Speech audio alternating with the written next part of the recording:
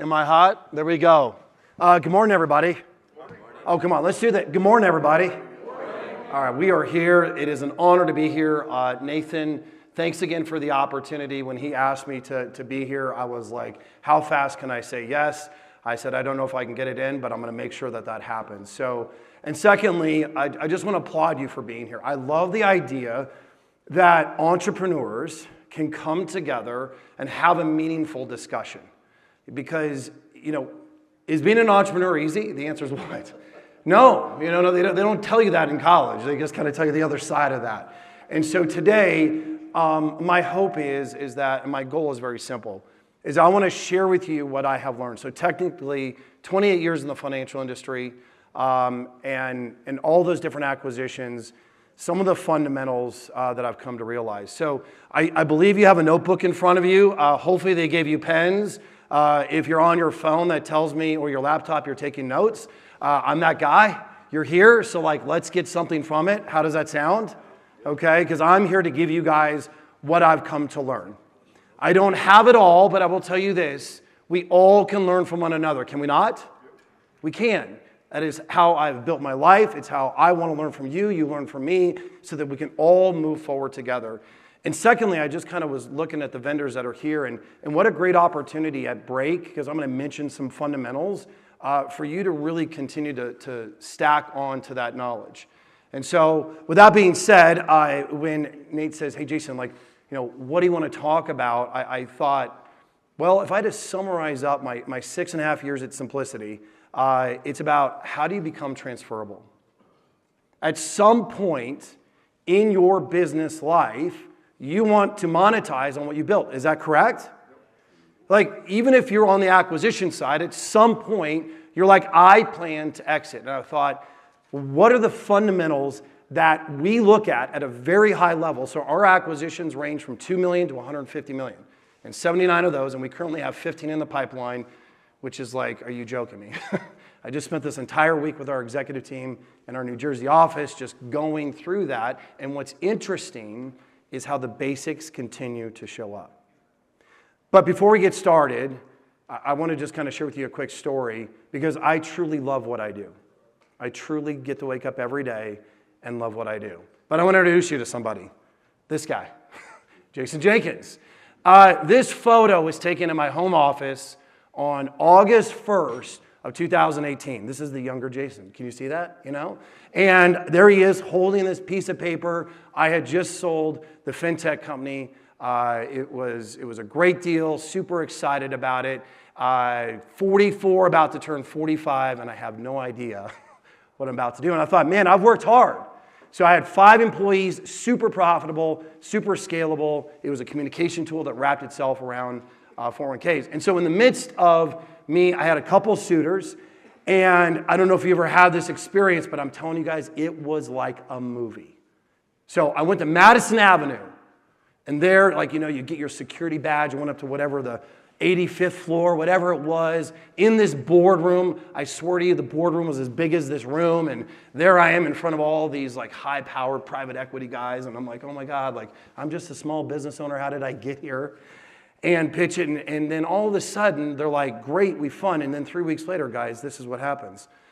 I'm in a yoga studio in Summit, New Jersey on the 2nd floor with fold-up tables, and I was like, hold on a second, what happened to Madison Avenue? So here you can see on the left-hand side is Bruce Donaldson, our CEO, who is there today, Heather Peck, HR, Mitch Leiner, our CFO, there's myself, I was the CMO, and our our Chief Operating Officer. At this particular time, I was acquisition number 9. EBITDA was kind of like a thought. And it was one of those things like, hey, welcome, Jason. And so what we did is we quickly learned that we had to tear this down to the studs. And from that time, where there was pretty much no EBITDA, and now we just crossed over 175 million on our way to 300 million. And so, like I said, we just exited our second exit in that. It was technically 1.9 and change billion. Our next hurdle is 5 billion. We're right on track to do that. But again, this is where it started. And so again, my goal here today is just to share with you what I've learned, and hopefully you can apply it to your business. So with our time, I've got a lot to give you. I want to talk about team, customer base, business process, the data, co-op and group organizations, and the most important skill set for you growing your business. I don't care what your vertical is. And then I've got some strategic questions for you. I'm going to challenge you. I don't feel like I'm doing my job if all I do is just transfer knowledge to you and we don't do something with it. Is that fair? All right. So 40 minutes, be locked in, and please take some notes as it relates to what we're going to be discussing. So with that being said, I want to talk about teams. We've heard this before, but the most important thing of any particular transaction, organization that's ever existed is what? Right here is culture. Who agrees with that by show of hands? It is. I don't care how great you think your product is, but business has, and it always will come back to what? People. It simply does. And so when we look at opportunities, the very first filter that we look at is the culture in which that entrepreneur has created. Is that transferable? What are those things? Because what we've learned, we've done bad deals, guys. And you know where the problem was? It wasn't in the business. It was where? The culture and their teams. Because of the way that that entrepreneur established it. And so I just want to share with you a couple insights as it relates to that. The first thing is, when it comes to your culture in your executive team or your team, is how good are they at change? Is the first thing to make a note of. How good are they at change? Because the challenges that I showed you that picture, the challenges that were there today, we have much different challenges. How good are they at doing that? So when I came on as a CMO. There was no department, guys. Okay? I built it. I was so proud of building this. And 2.5 years into it, guess what they did? Hey, thank you, but we're going to take that away from you. And now you're going to become the chief sales officer. I was like, well, hold on a second. I mean, I built this and I know the team. I'm so proud of it. It's kicking ass. And you're just going to like put me here? I'm just being honest. There was a little shot to my ego on that. And I was like, hey, but our CEO had created this culture that said, we value you. And I had to get past that in order to see that. The question is, are you creating that kind of culture inside your business? The second thing to think about and maybe write down, is it a best idea wins? If I was to audit your team, if I was to come into your team, and it takes me about 5 minutes because I do this all the time, is it a best idea wins? And I'm going to go to your teammates, the ones that interact with you all the time, and quickly find that out through the conversations. The most productive teams are the ones that are willing to what? Discuss and debate in a very professional manner as to does the best idea win? Yes, you might be the president or the decision maker of your vertical. Got it. I am as the chief sales officer. I got 10 direct reports. Those 10 touch 300. Those 300 touch 10,000 advisors. That's a lot of humans. But I can tell you some of the best ideas have come from number 275 because we've created a culture that what? Just because you wear the title doesn't mean anything. Congratulations, you're the head coach. That doesn't make you a good head coach. We all know and understand that, but you must facilitate that. And that gets to my third point, which is leadership. I believe, for those that are taking notes, that leadership equals two things: trust and respect. Leadership equals trust and respect. At the degree that that exists in your teams, that will tell me how far you will go. End of story. Imagine this. I mean, many of them in this room were married, right? What if you kind of trusted your spouse? How's that going to work? Not too well. The same application, folks, applies to your team. And if you don't have the right culture that is all about solving the problem, thinking about the customer, it's not my idea. Yes, I'm paying the bills. Yes, I'm the president. At some point, you have to make that decision, but you've cultivated this. You've identified it. Your team, when they trust and respect, and I literally tell those that report to me that when you push down, you must create this culture. How do I do that? So I'm a big fan of history. I don't know if we have any history buffs, but if you read the books about Julius Caesar, do you know one of the key things if you actually study his life as a former soldier, when he was ruled the world as emperor, do you know when he would go to build the forts, guess who had a shovel in his hand? He did. He understood that if my life and your life depended upon this, I could be sitting in a tent drinking wine and all that other great things, but I choose to be here with you because when the enemy comes, all I know is I have you and you have me. Now, I might be behind you calling commands, but there was something deeper inside of that. Culture is absolutely everything. We know it, we talk about it, but my question to you is how good are you at creating that? The second I want to talk about inside this is the strength of your team.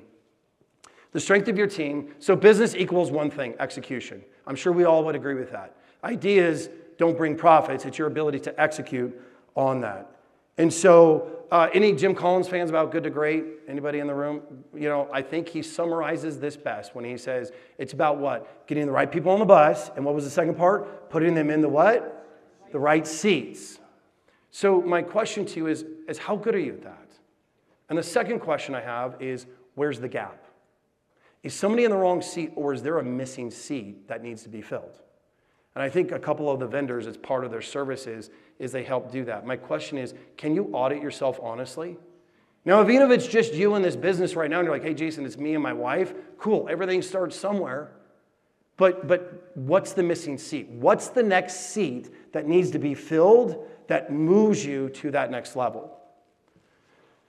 The financial incentives. I see this often. How aligned are the financial incentives of your team to their objective? Sometimes this misalignment, if you don't think about it properly, you won't get the outcomes. However you want to leverage this or go back to this about Maslow's hierarchy of needs, we're all humans and we're selfish. It's a joke, guys. It's morning. Come on.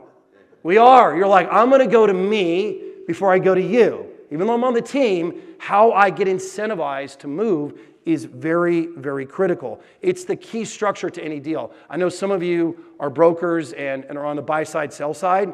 Misalignment is everything. Would you agree? Alignment of interest is the foundation to great deal structures. It's the same thing for your team. It's the same thing for your team. Have I aligned that incentive to make sure that that's going to produce the business outcome that I'm looking for? And the other thing that we look at is, hey, have you locked up your team? There's two different ways to think about that, right? Equity and non-competes. We often see that, hey, we're going to buy this business, but how have you protected the key leadership? Because if they walk out the door, we're going to have a problem. So something to think about when it comes to team. And by the way, we have a short period of time together. I'm going to be hanging out afterwards, so if anybody has questions, just please write them down. I want to make sure I get all this content. Customer base. So when we look at customer base, revenue quality, there's two different types, right? There's reoccurring and one time. But the second bullet point is connected to this, and this is very important. The duration of your average client. So we want to know, and you should be thinking about, is how good am I at what? Keeping a customer and cultivating that relationship. It affects the multiples of your business. It absolutely does. It is one of the things, if anybody's good at their due diligence, they're going to look at what? The quality of the revenue, and these are absolutely attached to it. The third is concentration risk. And we see this to where maybe I have one or two big customers, right? I'm building pools or whatever it might be. Concentration risk is something else to think about. So if you're like, hey, things are good and awesome and so on, but if those two customers walk out the door, there goes 70% of my revenue. So my question about that is, what are you doing about that? Like, again, these are the kind of things that if you're looking to sell your business, I'm letting you know it affects how we view that. And it'll affect, maybe not so much the in valuation, but here's what it'll affect. It'll affect your earnout process. You might tag another 2 years on it. You know, there could be some interesting things that come along as it relates to that. The other thing is customer agreements. And you might laugh at this, but here we go. Are they papered or a handshake?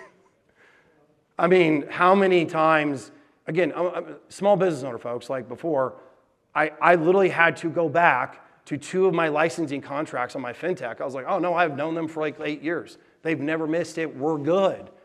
And they're like, yeah, but before we write you this big check, you're gonna go get that papered. And so many times when it comes to the execution of the business, I think we sometimes kind of jump past that. But don't be afraid to kind of formalize that as it relates to your customers. So I want to jump, so the transferability risk. This is an important one. I think many times the customer base, the question would be is, how much of that is connected to a relationship? So it's the whole saying, you get hit by a bus, like, does that customer jump? So I don't know, does anybody struggle with liking themselves sometimes? You're like, I like myself, I think I'm pretty good. Guys, you gotta laugh a little bit, okay? It's a joke. We all do a little bit, right? And especially if you're the CEO, like, hey, I built this. But when it comes to business, and I'm telling you, I struggle with this, so if I can raise my hand, right? That the business has to be more than just you. You know that intuitively, which is why I titled this presentation. It's about what? Becoming transferable. You must create those redundancies, but you also have to extend that the personal relationship that you have. Awesome. That's great. Business is about relationships, but making sure that others on your team, others that they understand that, hey, there's a broader aspect. I really applaud our CEO. We literally had the grand opening of this beautiful brand new headquarters in Summit, New Jersey, and he did something that I actually learned on this week. He should be super proud of, from a yoga studio to what we've built, and you know what he did? He tapped the shoulder of Heather Peck, who you saw in that photo, who actually oversaw that project. He didn't show up, and he had her take the entire executive team on this private tour. I had coffee with him 2 days ago, and he said, Jason, do you know why I was there? And I could pick up on it, but he said, Jason, I want others to see me kind of stepping back so that the team, was becoming more prevalent. I thought that was really cool. He had every reason, folks, I've sat next to him to put a bronze statue in front of that, hey, look at me, I built this. It was a great moment for me. And it should be something that kind of catches us. How am I putting my team in front of others? And sometimes that might even be your office manager. It could be somebody that, you don't realize, how can I bring them to take more ownership inside that business? I want to talk about business process. I'm kind of passionate about this. At the end of the day, the one person that rules all of our businesses is what? Our customers. And so business process is everything. And client experience you should be obsessed with client experience. Obsessed with it. So anytime I do keynotes or I talk, which is quite a bit, I don't talk about politics. Is that fair? But I'm going to kind of divide the room. There's some of us in this room that there's just a little bit more wisdom, folks. There's a little bit more insight. Maybe we walk a little bit taller. Things are good. It's the individuals that carry this iPhone. Any iPhone users in here? And then supposedly there's a whole other group called androids. Don't understand them. I'm just joking, guys, okay? Just joking. But to those that understand true wisdom, we carry these iPhones around. I'm joking, right? But there's nothing more magical than going, oops, I need to go get a what? A new iPhone. This is what I tell my wife, okay? So I go to the mall, I'm all ginned up, because I'm the guy we have a new one, I have to just give an excuse to go get it. And Apple's thank you for you being a customer, Jason. So I walk into the mall, I'm just totally geeked up, and they're like, you're here to get a new iPhone? I'm like, yes. And they bring it out, because somebody who has 10 PhDs on packaging that work for Apple, correct? And they hand you this box, and it comes out like this, and you go, you're like, oh, geez, that's just, I'm getting chills just thinking about it, right? And they're like, so do you want to open this? And I'm like, don't touch this. Do you want to remove the plastic? I'm like, yes, I do. That's why I'm here. And I go, zip.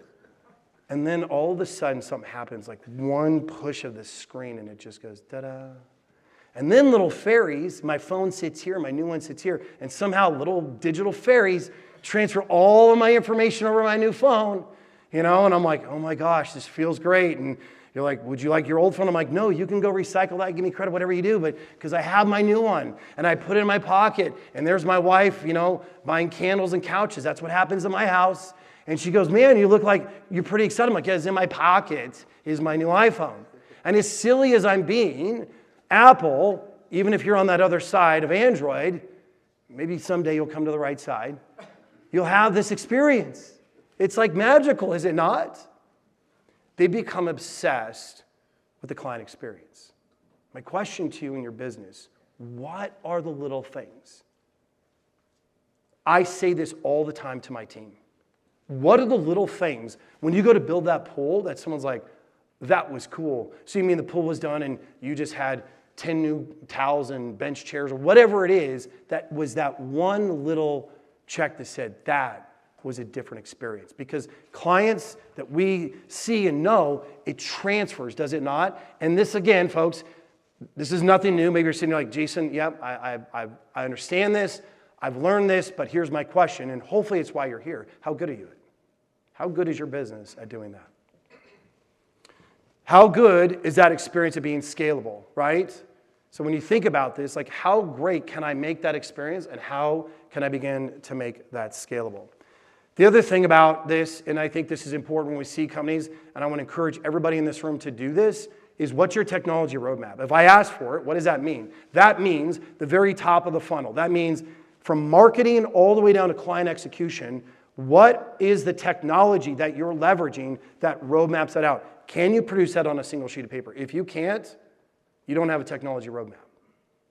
This is important for team management. How does it get better? But I'm letting you know that if someone's buying your business, you should be able to produce that.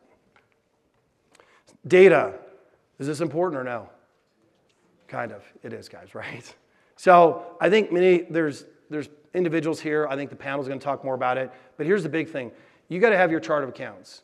So is it now CFO, right? I'm assuming them and I think a couple other vendors. Folks, that is an investment that will come back to you tenfold.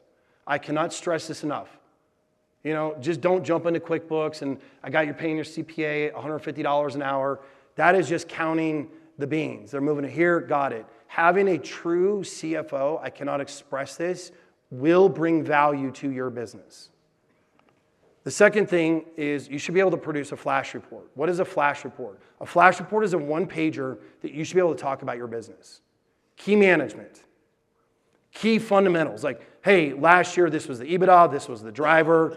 Like there should be this one page. If you're not familiar with this, you can Google it. But at a very high level, like legitimately, like when we're talking about doing, 9-figure deals, like this is the kind of representation. When you walk in with something like this, the buyer's like, someone has got their act together.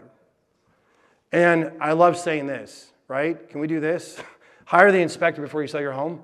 The worst case scenario is you go to sell your business. And all of a sudden, or let's just say you're home. And they're like, yeah, the foundation's cracked, there's a leak in the roof, and the plumbing's terrible. What does the buyer think? Someone. Like, they didn't maintain this well. Is there a perception that I'm not going to pay the same what I agreed to on the front side? The answer to that's yes. The other big thing that I cannot stress enough about this, that's why I'm a huge proponent. Again, I don't know now CFO, I'm not, whatever, I'm not associated to it, but that kind of service, the perception of your business is going to hold when you're negotiating a deal as it relates to the overall value of your business. Does that make sense to the room? I cannot stress this enough. We see it all the time. I'm talking about businesses that have an EBITDA of $15 million, and you're like, really? You would have thought it would have been more buttoned up. The sooner you do it, the easier it allows you to scale, and it allows you to make better business decisions. I really cannot stress this one enough. The other thing about chart of accounts, how fast can you produce them? Like when we do audits or we're going in to do due diligence, does it take you weeks or does it take you days? If it takes you days, we know someone's on top of it. If it takes you weeks or maybe a month, the perception of it is like, okay, I wonder what else we're going to discover. It doesn't mean the business is bad, but I'm trying to share with you, you're trying to get the maximum value at your exit. The next one I want to talk about is co-op and group organizations. What do I mean by this? I'm going to use my industry as an example. They typically exist in all industries. So I'm in the financial industry, and we are in the distributions business. So our customers, just to be specific, are independent financial advisors. So when you work with an advisor, there's only two different types. There's captive and independent. So captive would be Edward Jones, Merrill Lynch, UBS, like, hey, we have our own distribution. What sits above that is manufacturers, insurance companies, ETFs. Like, they're like, okay, I've got a product, I got to go distribute it. It goes down the independent channel. That's us at Simplicity Group. So we are a platform that says from marketing all the way, billing, compliance, all of that stuff, We do that, we take a haircut, and that goes down to the advisors. Is the room with me? Pretty simple, right? Well, we buy other types of simplicity. So we are a roll-up strategy. That's how we got to 79 and counting. So, but there's organizations, when we first started, we did not have direct contracts with, let's say, a MetLife. So what did we do? We pulled all of these smaller organizations together to get what? A higher contract. I know these exist in your verticals, and why are these so important? Because a couple things. One, it allows you to have purchasing power pooled. So again, we just had a conversation about pools and landscaping. You know, what other opportunities can you go in with 5 or 6 people that allow you to what? Increase your leverage, which decreases cost of business and increases your revenue. That's the very first thing that a lot of entrepreneurs don't think about as it relates to their business. The second, it's a great opportunity for networking. So if you are on the buy side or the sell side, you should be rubbing shoulders with those that are in your vertical. You never know like who's looking to exit and you're buying or vice versa. It's actually probably the fastest. I can tell you it's the least expensive way because when you get a banker involved, I think we have a banker in the room. I forget where he's at. He doesn't work for free. There he is. He's sitting right over here. You don't work for free, do you?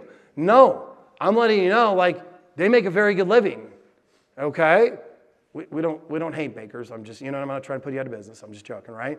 But if you can find a way that is going to be more into that for both particular parties, it's a great way for you to connect with others. And the other thing is you discover, everyone wants to know, what are the multiples that are out there? So bankers are good at talking about what's out there, but what's real is like, hey, I just sold my business for 8x or 8.5. It allows you to get kind of real-time feedback as to what your vertical is actually yielding. And so really a big proponent as it relates to that. Is that helpful so far?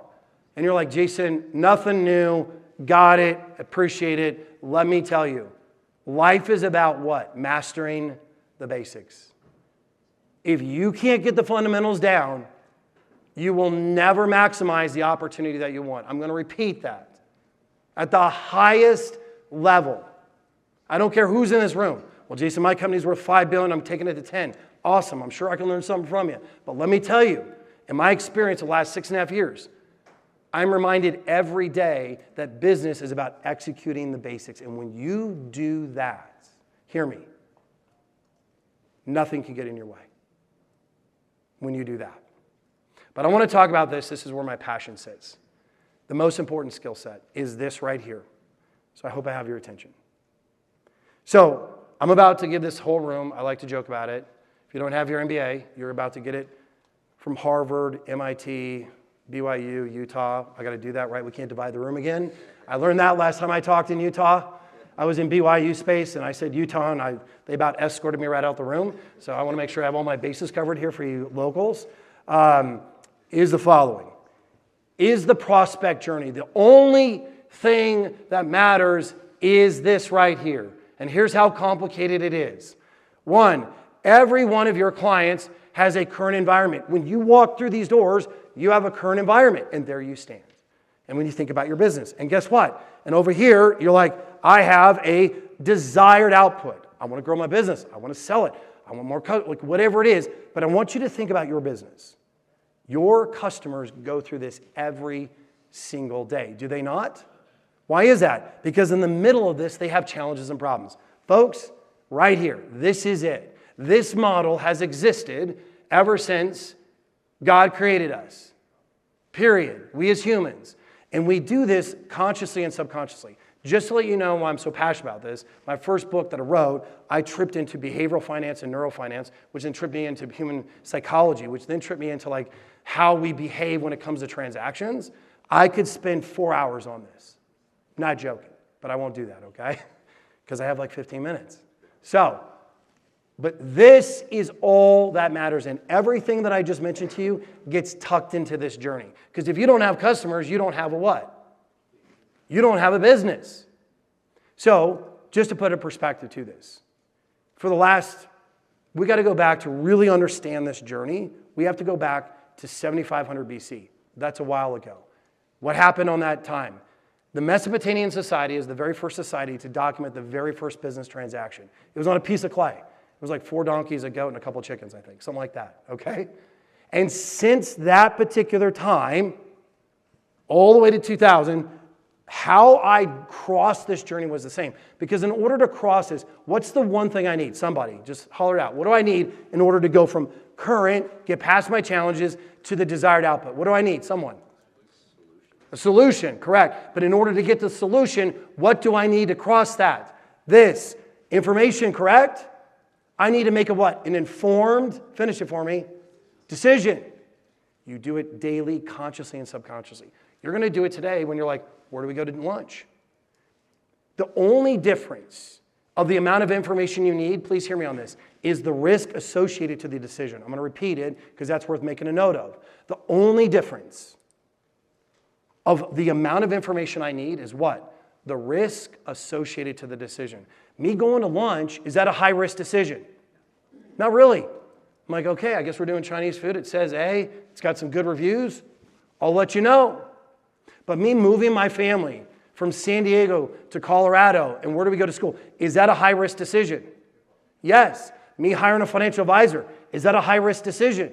Yes. I don't know what your business is, but if it's like, hey, it's a 6-figure, that's kind of a high. So I need what? More information. So historically, as long as we've been running around on this planet, guess who sat in front of that? This person right here, the sales professional, and you, the entrepreneur. So like we can go back in Roman times, like I'm running around Pompeii, and I'm like, hey, honey, I wake up, I need some new sandals. I go to the court, I'm like, okay, there's a couple vendors, and they're all out there like, you should buy my sandal. No, you should buy mine because mine's made out of whatever's going on, correct? And they are the conduit, hear me on this, to the information. So to just date myself, I just turned 50. I know I look 37. That's a joke, guys, okay? My knees are like, you're 60, because I played rugby in college, and my knees are shot. I got out of school. I had no idea what I was going to do with my life. I somehow got into the financial industry, and I'm like driving around on appointments. I had a Thomas guide. So anybody remember Thomas guides? Okay, there's the old men in the room. Thank you. I say that every time, and all the young people are like, what's that? That was pre-Yahoo Maps, just to put a perspective. I think the Thomas guide is like way more dangerous than actually looking at the map on your phone, right? And so, but when I went out to people, they might meet with 2 other professionals.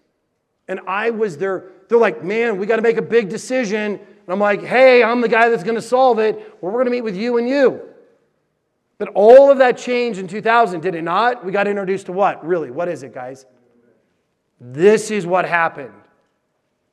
2000, 300 million users globally on the internet. 2005, it jumps to 1 billion.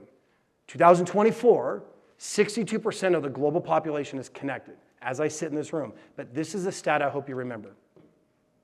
In 2030, 91% of the global population is bound to be connected on the internet. That means a young boy in a fishing village in Akachi, Ghana, Africa, has access to the same information that you do. The same information. So you're like, well, Jason, that's exciting.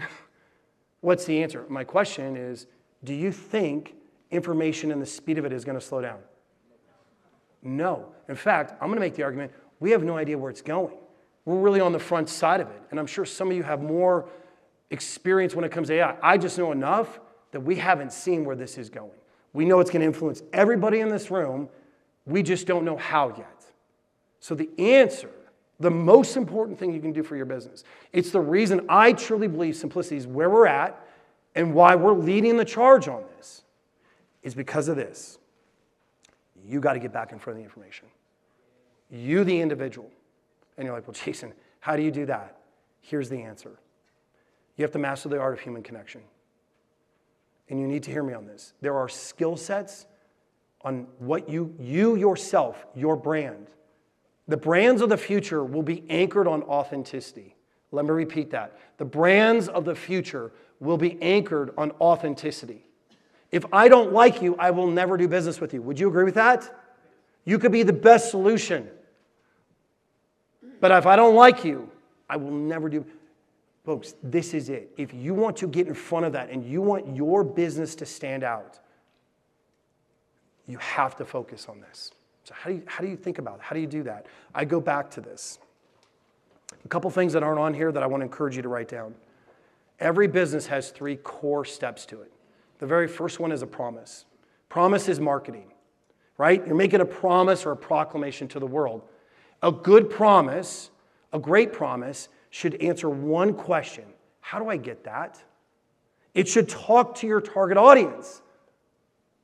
There's a statement that runs around like, hey, the new economy is all about attention. You guys have heard that? It's all about attention. And I'm like, you know what? That's bullshit. Sorry, sometimes I cuss. I apologize, okay? I do love Jesus, but sometimes I cuss, all right? It happens. It's these people in New York that I hang out with too much. I'm going to blame them, okay? They're way worse than me.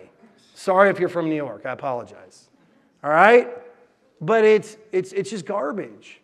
You know, like the ability to connect on it, the ability to do that. Folks, so if your promise is so good, it should say, how do I get that? And that leads to the second step I'd like you to write down. That should lead into your process. Every business has a process. Would you agree with that? Now, I love Starbucks. I don't know if anybody else does, but I freaking love that place because I see them like 5 times a day, I feel like. And they have a process. I'm like, I want a grande Americano with some cinnamon powder. I'm like, well, what's your name? My name's Jason. And all of a sudden, I see my little cup, right? You know what I mean? They put a sticker on it, As simple as that is. And then someone on the other side who says, Jason, grande Americano with cinnamon powder, because that happened this morning. I'm like, boom, great, fulfillment. That's the process. The third leg to every business is what? Is the solution. So you have a promise, you have a process on how you deliver, and the solution is the actual cup of coffee. And most businesses concentrate on the perimeters. They hire the consultants, they get pretty good at their promise. Oh, how do I get that? And then every business does this. They pick their feet up and they kind of jump over a process and they start to vomit all the products and features about, you know what I mean? Like, well, our product has 50 green check marks, you know, when we do product comparison, and they only have 10. So that makes me better. And da-da-da-da, and da-da-da, and da-da-da. And I'm like, great, thank you for the information. And the infamous way that every customer likes to ghost you is, I need to go home and do what? I need to think about that. Anybody ever had that experience, or is that just me? Okay, just 2 of us. Man, you guys have got this figured out. This is a great room. You guys should be up here, not me. Right? Please hear me on this. Your magic, what you want to separate yourself, invest in your process. Let the customer know it, see it, feel it, touch it. Because all of that element is going to take place in there. And people are like, man, I don't like. All the other guy did was give me a video, a brochure, and told me how great they were. They were founded in 1492 with Columbus, and here we are, and they're big, and they're bad, and brr. Why do you love what you do? What? If you could tell me that in business context, oh, it's magical. I started up here, I stood right here, and I said, I'm pumped to be here, but I love what I do, and I do. But there's tools in which you can articulate that. So the first step is you got to build trust. We all know that, but would you do me a favor? Write the word trust down because it has 2 components. The first component to trust is connection. So trust has 2 pieces. First is connection. Second is credibility. I'll repeat it. Connection, credibility. Which is more important? Connection. If I don't like you, I'll never do business with you. You have to understand, how am I creating connection with my particular clients? The other thing I like to talk about all the time is trust equity. When I go through your process and your experience, 3 things should be felt by your clients. So again, I won't geek out on all the neurofinance stuff, but you know, dopamine, oxytocin, those are real things. And did you know that what you say, how you say it, when you say it, it's like an activation button. I can tap it, and oh my God, this goes up. And you can say the wrong thing at the wrong time and blow it up like, oh, well, look at that. I got to go home and think about it. So the other thing, for those that are taking notes about trust equity, there's 3 things to remember. The first is the following. Your customer, as I go through this journey, should say, I understand. I understand. I understand how you're taking me across this plane because I'm here and I want the pain to go away, and you are forecasting what that new environment looks like. The second thing to write down is the following. Does that make sense? That makes sense. I understand. that makes sense. And I want you to think about this on your personal journeys. When someone's explaining something to you, I understand, that makes sense. And here's the third one for those that are taking notes. That feels right. I don't care what you're selling, how big your ticket is. If you want trust equity to come inside that opportunity, I understand what you're explaining to me. That makes sense. Your diffuser, that made sense. But ultimately, it should what? That feels right. How many of us have made a decision on that? All of us, correct? And you will again, because it's part of what that journey looks like. The second part is you must be dogmatic about seeking to understand. Those that work with me, I am just passionate, and I feel like I need to tip my hat to where I'm a big fan of giving credit where credit's due. I think the two entrepreneurs that I know of that exemplify this is Steve Jobs and Jeff Bezos. Have you ever listened to them? They're like the customer experience. I mean, does anyone interact with Amazon as much as my house does? I swear, I got that dude just showing up on my ring when I'm there. I'm like, how many times can somebody stop by my house? Right? But when you listen to him, he anchored into a very simple business model that he's just scaled around the globe. But if you listen to Steve Jobs, he was so passionate about, remember the zip, little fairies, okay? And so be passionate about that. Seek to understand. So the first thing that is a sub-bullet point, you should be wanting to have a learning conversation with your customers. A learning conversation. Like this goes back to like 1979. There's a lot of research around this, just so you guys know. But a learning conversation, how do I leverage my process? How do I leverage technology to learn? How can I learn about the prospect so that what? I can meet them where they're at to have this experience be totally different. The second sub-bullet point is asking the right question. I love this one when somebody says, hey, there's no dumb question. I'm like, oh, yes, there is. If you're the professional and I'm in your environment and you ask me a dumb question as a consumer, I'm like, well, that's a dumb question. I'm the one who's allowed to ask the dumb questions. This, how you carry somebody across this, folks, is really, really critical. And so if you have the opportunity to serve somebody, because I'm a big fan of this, your yes has no power unless you can say no. You can't say yes to everybody. And you're like, oh my gosh, you have this problem. You're the kind of humans that I help and that I love to help. Then the third point is you should do what? You should design their plan, not your plan. And so when you think about designing their plan inside that context, I have a couple notes. People do not buy products or services, they buy the end result. Let me repeat that. They don't buy the products or services, they buy the end result. That diffuser out there, awesome. What's the end result? My room smells good, correct? And I don't have wax flying all around or whatever's going on. That's what I'm buying to replace my candles. Got it. Remember this. Problems evoke emotions. Products evoke judgment. I repeat it. Problems evoke emotions. Products evoke judgment. The more I talk about my problem and you get me to talk about the problem and see this, the heightenedness of like, we've got to fix this. But the moment you jump to illustrations and CAD drawings, I don't know what you do, guess what? I'm like, oh, great. So I go to my phone and I start doing what? Somebody? Research. I go to YouTube and, yep, got it. Now there's a time and a place for that, don't get me wrong. But if you spend 80% of the time, I guarantee you, talking about the problems, the emotions come up and it's like, man, I'm so glad I'm sitting down with you. I knew it was a problem, but wow, this really needs to get away. And you do that through that particular process. And I'm telling you, if you get good at that, your competition cannot beat that. Remember this, if I can't see it, I don't move towards it. If I sit here and you can't articulate that vision, I'll never move towards it. I change when the pain of staying the same, what? Becomes greater than the pain of change. Dr. Henry Cloud, right? I'm not going to change unless like, oh my gosh, where I stand, this is a problem. I have to do what? I have to move. Because we all love change. Not really. And if it's a big one, people are like, nope, kind of hit the pause button.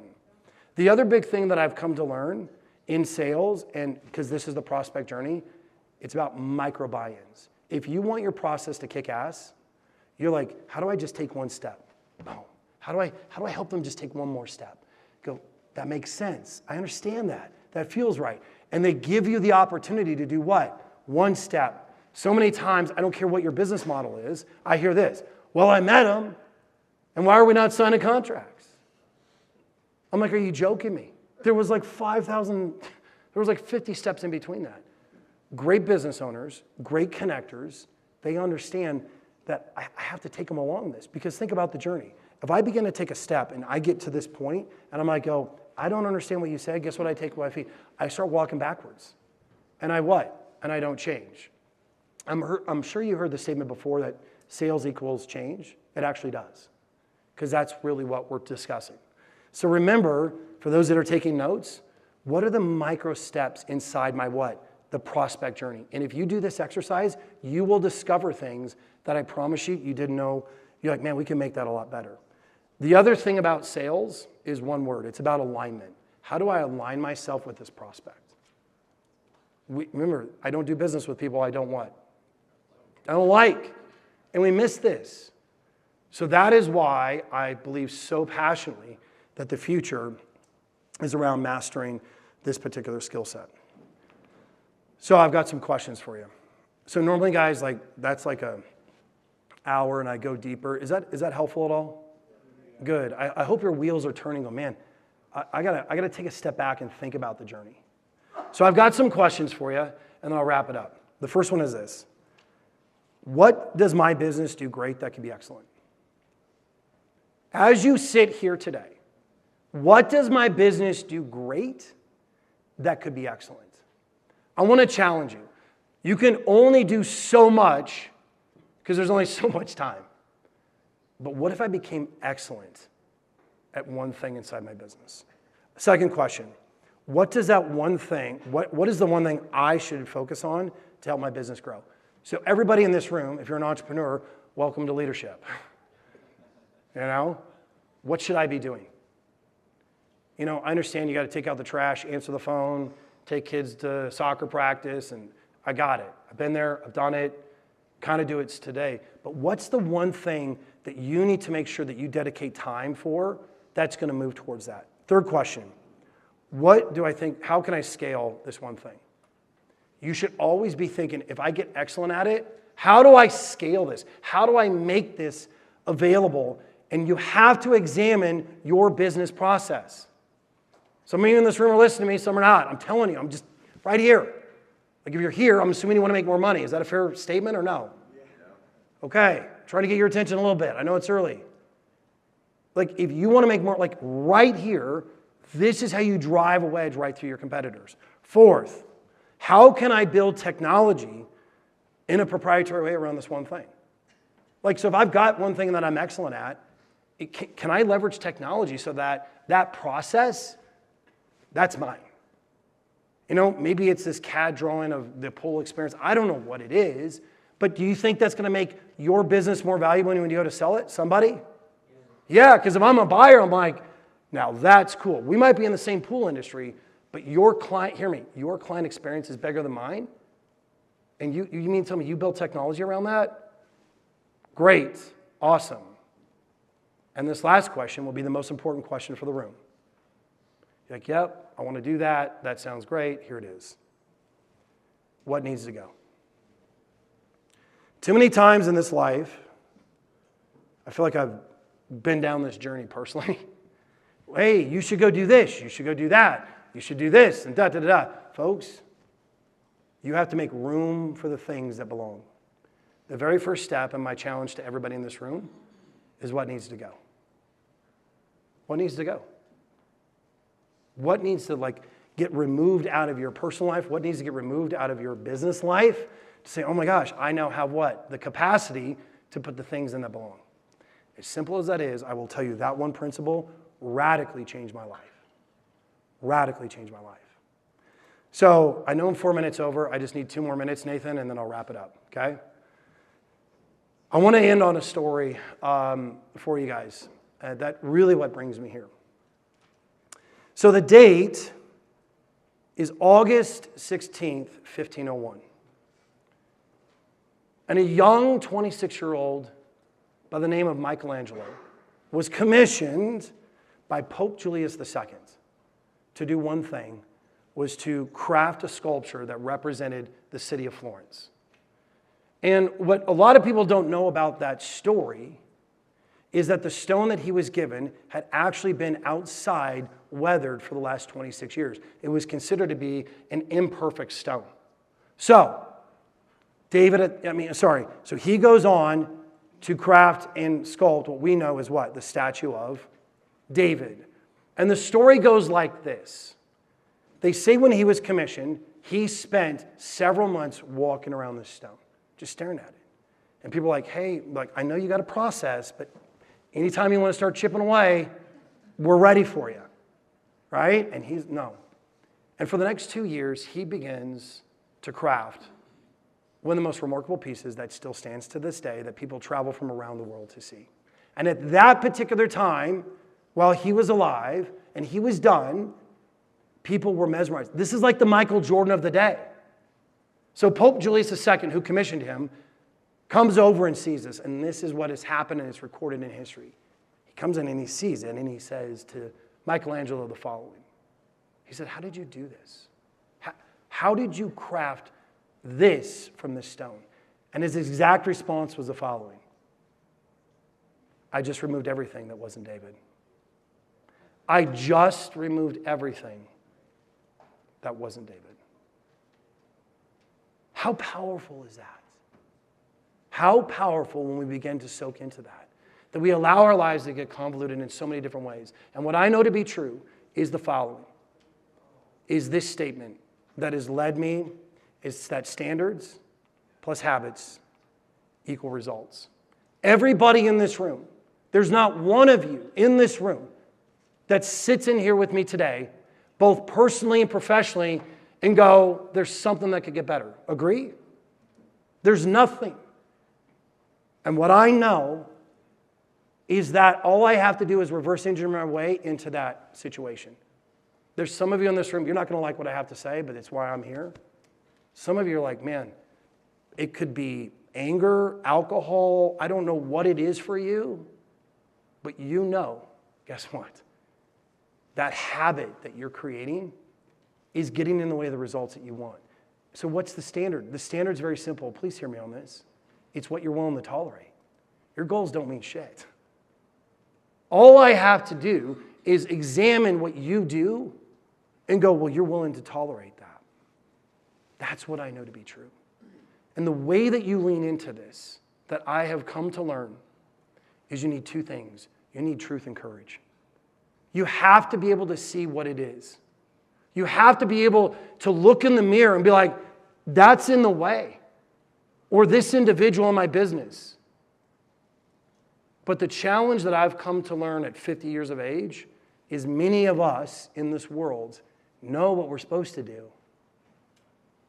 but we don't have the courage to do it. I've got a hot wife at home I can't wait to see this afternoon. She's amazing. She supports me. But I'm here because of this single slide. I've done some cool stuff. I hope you guys learned something, but let me tell you something. Somebody in this room, I don't know who it is, you need to hear this. Because on the other side of you battling this and getting better at it, there's something greater. So my question is, what's got to go? Do you have the courage to lean into that? Because what I know is your life will be this equation. Hey, I want a better marriage. I want to be a better boss. I want to be a better friend. I want to lose some weight. Whatever it is. Well, I got to do less of that and more of this. That's called a habit. Your habits set the standard. That's my encouragement for you. Thank you guys for letting me be here. I hope you guys took something away. Thank you so much.